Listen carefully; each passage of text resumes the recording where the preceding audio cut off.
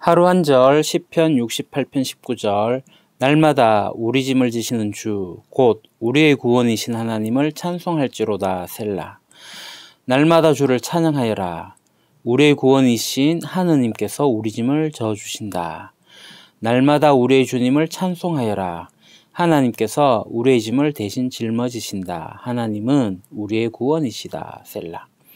Praise be to the Lord, to God our Savior, who daily bears our burdens, 셀라. 찬양하여라. 누구에게요? The Lord 주님에게, 그리고 to God 하나님에게. 이 하나님은 our Savior 우리의 구원자이신 하나님에게. 이 구원자는 daily bears 날마다, bear 곰 아니죠. bears 동사로 bears 가지고 오다, 누르다, 지탱하다 이런 의미겠습니다. 우리의 burdens 무거운 짐이에요. 무거운 짐. 무거운 짐, 우리의 무거운 짐을 지탱하는, 날마다 지탱하는 구원, 우리의 구원자이신 하나님에게, 주님에게 praise 찬양하라. 시편 68편은 어제 말씀드렸듯이 다윗의 시입니다. 이 19절 앞에 7절에서 18절에 다윗이 과거 광야에서 그 이스라엘에게 베푸신 하나님의 은혜와 그리고 가나안 땅에서의 승리와 그런 보호하심들을 회고를 해요. 그리고 이제 19절부터 이제 장차 하나님께서 이 이스라엘에게 베푸실 승리를 확신하면서 찬양하는 내용이 나옵니다. 그리고 이 19절에서는 날마다 이제 일상이죠. 일상의 은혜를 찬양합니다. 날마다. 원문을 보면 찬양하라 라고 나와요. 먼저 찬양하라. 바루크.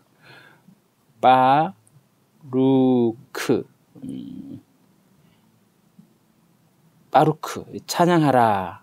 누구를? 아도나이.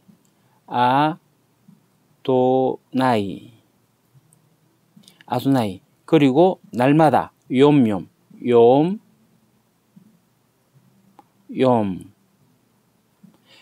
욤이란 단어가 두 번씩 사용돼요. 욤이란 단어가 날, 시간, 시기, 때 이렇게 번역이 다양하게 되는데 욤 중복되어서 매일매일 시간마다 그런 의미가 됩니다. 그러니까 다윗이 욤 날마다 이 표현을 사용한 것에 대해서 이 깔뱅이라는 종교개혁자 신학자인 깔뱅이 이렇게 얘기를 해요. 하나님께서 자기 백성들이죠. 이스라엘 백성들에게, 자기의 백성들에게 당신의 자비하심을 끊임없이 나타내시는 거예요. 그리고 그 신뢰들을 실제로 보여주시고 새롭게 보여주시는 것을 그치지 않고 계속해서 보여주신다는 것을 강조하는 거다라고 이야기를 하죠. 그래서 날마다 이 다윗은 하나님을 어떤 분으로 표현하냐면 우리 짐을 지시는 분으로 묘사하고 있습니다. 우리의 짐을 지신다. 그러니까 하나님께서 당신의 이 백성들의 그 삶의 현장에 개입하시고 이 백성들이 가지고 있는 문제를 외면하지 않으신다는 거죠. 그러니까 하나님이 긍휼하심, 그 성품을 구체적으로 표현한 것입니다. 날마다 짐을 지신다.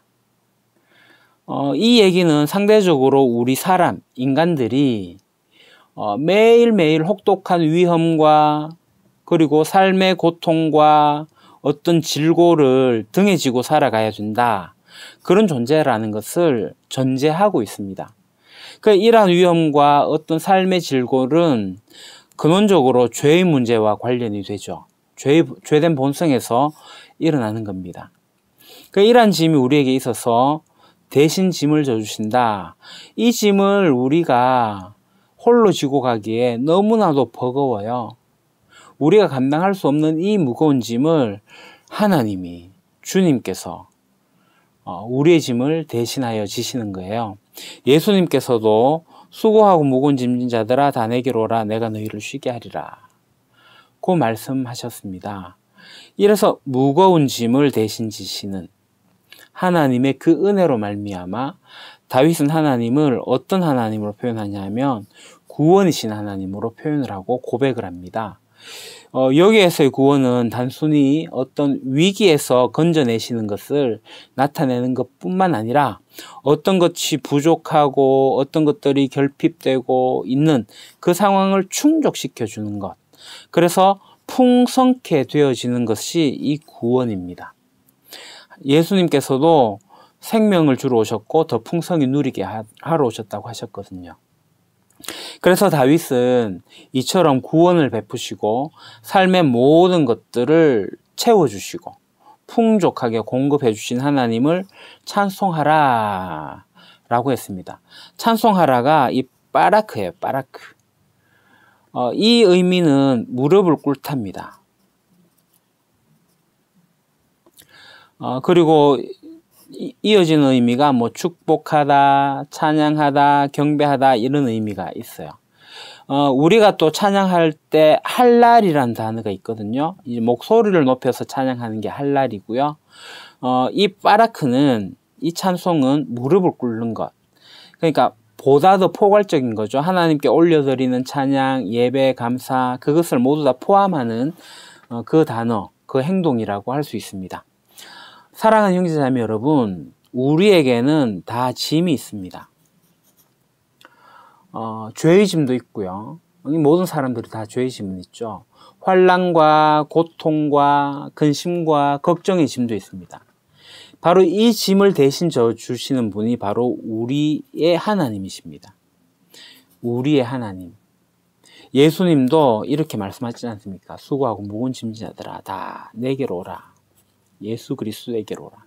내가 너희를 쉬게 하겠다. 이로 인해서 예수 그리스도를 믿는 우리 성도들은 세상에서 각양각색의 짐들을 만나게 되지만 실족하지 않게 돼요.